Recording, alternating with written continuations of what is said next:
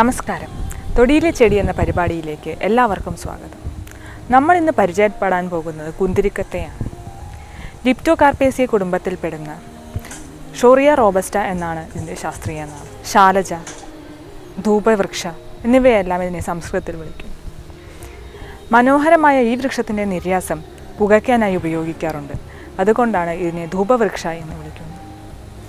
കേരളത്തിൽ ഇതിൻ്റെ നിര്യാസത്തെ ചെഞ്ചല്യം എന്ന പേരിലും അറിയപ്പെടുന്നുണ്ട്. എല്ലാ അർദ്ധഹരിത വനങ്ങളിലും വന്യമായി വളരുന്നു. കേരളത്തിലെ മയൂർ വനങ്ങളിലാണ് ഇത് കൂടുതലായി വളരുന്നത്.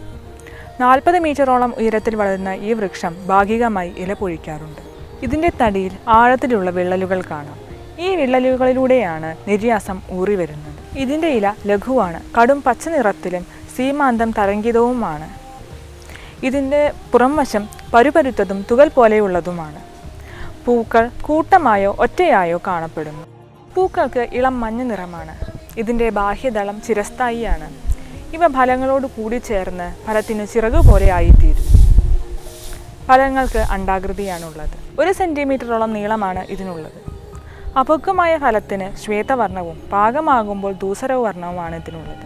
ഇത് മാർച്ച് മാസത്തിൽ പൂക്കുകയും മെയ് ആവുമ്പോഴേക്കും ഫലമുണ്ടാവുകയും ചെയ്യുന്നു. വിത്തിൽ നിന്ന് എടുക്കുന്ന എണ്ണയിൽ CIS 9-10 എന്നീ ഘടകവും ഗാലിക് ആസിഡ്, ഇപ്പോക്സിസ്റ്റെറിക് ആസിഡ്, ഫിനോളിക് ആസിഡ് എന്നീ ഘടകങ്ങളും കറയിൽ നിന്ന് സുഗന്ധ തൈലവും വേർതിരിച്ചെടുത്തിരിക്കും.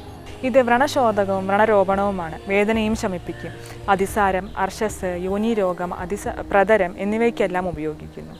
ഇതിൻ്റെ നിര്യാസം അണുനാശന ശക്തിയുള്ളതും അസ്ഥികളെ കൂട്ടിച്ചേർക്കാൻ ഉപയോഗിക്കുന്നവയുമാണ്.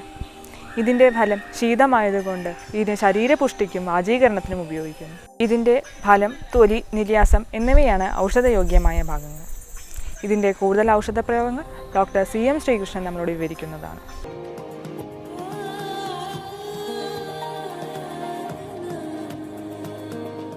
ഈ കുന്തിരിക്കം എല്ലാവർക്കും അറിയാം, അത് പുകയ്ക്കാനുള്ള സാധനമാണ്. എന്നാൽ പുകയ്ച്ച നല്ല മണമുള്ള പുകയുണ്ട്. പക്ഷെ അതിന് വളരെയധികം അണുനാശന ഗുണമുള്ള ഒരു ഔഷധമാണ് കുന്തിരിക്കം. ഇപ്പോൾ ഈ പുകയ്ക്കാനുള്ള ധൂപവൃക്ഷം എന്ന് അതിന് പേരെന്നെ പറയാം.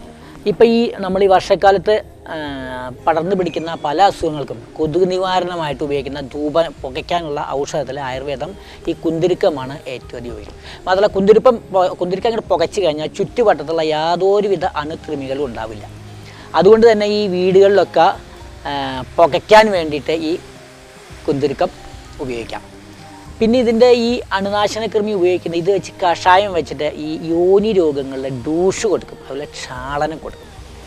പിന്നെ ഈ ക്ഷതം സംഭവിക്കുക, അതായത് ഈ എവിടെയെങ്കിലും വീണിട്ട് മസിലിക്കൊക്കെ ചതവ് ഉണ്ടായിക്കഴിഞ്ഞാൽ ഈ ചതവിൽ ഈ കുന്തിരിക്കം ഒരു പേസ്റ്റ് പോലെ ആക്കിയിട്ട് പരട്ടിക്കഴിഞ്ഞാൽ ആ ചതവ് പെട്ടെന്ന് മാറും.